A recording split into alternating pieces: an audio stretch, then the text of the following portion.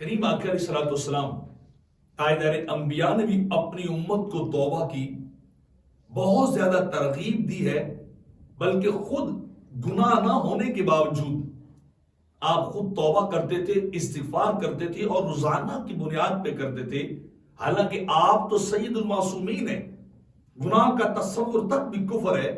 آپ کی بارگاہ میں، کیونکہ آپ کی ذات والا صفات ہی تو وہ ہے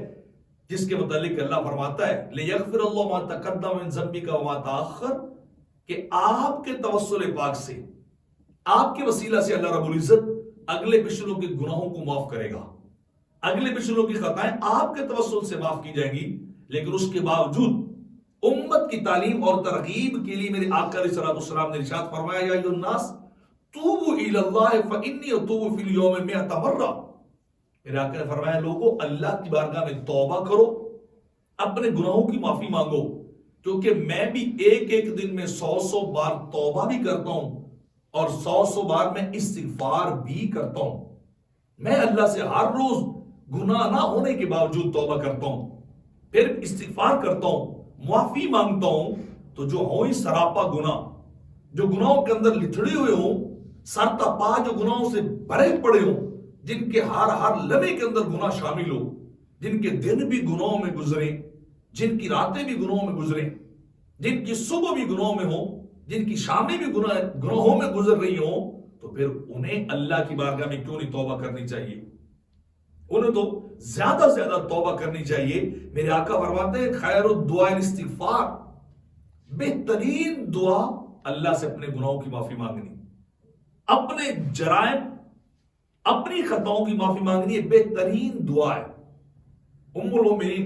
سیدہ عائشہ صدیقہ رضی اللہ تعالیٰ عنہ آپ روایت کرتی کہ میں نے سرکار سے عرض کی یا رسول اللہ اگر مجھے لیلۃ القدر کی بابرکت رات نصیب ہو جائے تو آپ مجھے تعلیم فرمائیے، بتائیے مجھے کہ مجھے کون سی دعا مانگنی چاہیے۔ آپ نے فرمایا اے عائشہ اگر یہ رات تجھے نصیب ہو تو اللہ سے دعا مانگ اللہم انک عفو فاعف عنی، یا اللہ تو بڑا معاف کرنے والا، تو مجھے معاف کر دے، تو بہت زیادہ بخشنے والا، تو مجھے بخش دے۔ تو میں عرض کر رہا ہوں کہ میرے آقا تلقین کر رہے ہیں سبحان اللہ و بحمدی استغفر اللہ و اتوب الیہ،